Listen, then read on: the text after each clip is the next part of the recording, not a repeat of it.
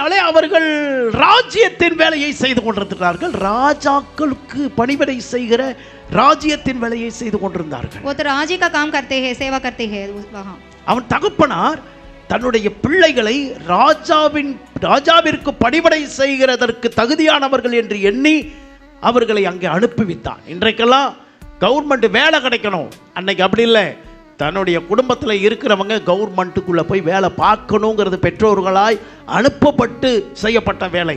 என் பிள்ளைகள் அனைவரும் அதற்கு தகுதியானவர்கள் என்று சொன்னால் அனைவரையும் அனுப்பியிருக்கலாம். ஆனால் தாவீதுக்கு என்ன டேலண்ட் இருக்குது, குவாலிட்டி இருக்குது. அவனுக்கு ஒரே ஒரு குவாலிட்டி, ஆடு மேய்க்கிறது மட்டும்தான்.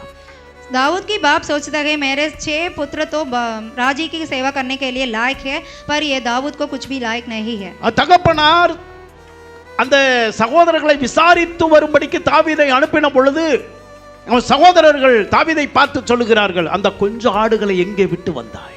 एक दिन बाप दाऊद को भेजता है दूसरों भाइयों को पूछताछ करने के लिए என்று அந்த தாவீதை விரட்டினார்கள். वहाँ तो भाइयों दाऊद के पास पूछते हैं. தன் சகோதரர்களுக்கு ஓடி ஒளிந்து மறுபடியுமாக அவன் நினைக்கிறான், நான் இங்க வந்ததற்கு ஒரு முகாந்திரம், நீங்க எல்லாம் வந்தது சும்மா முகாந்திரம் இல்லாம வர்றீங்க. தாவீது வர்றான்னாலே அங்க அது தேவ திட்டத்தின்படி தான். நீ மனுஷர் சித்தத்தின்படி அனுப்புவீங்க, அதை தேவ திட்டமாக மாற்றி கொடுக்குகிற சர்வ வல்லமையுள்ள தேவன் தாவீது கூட இருக்கிறார்.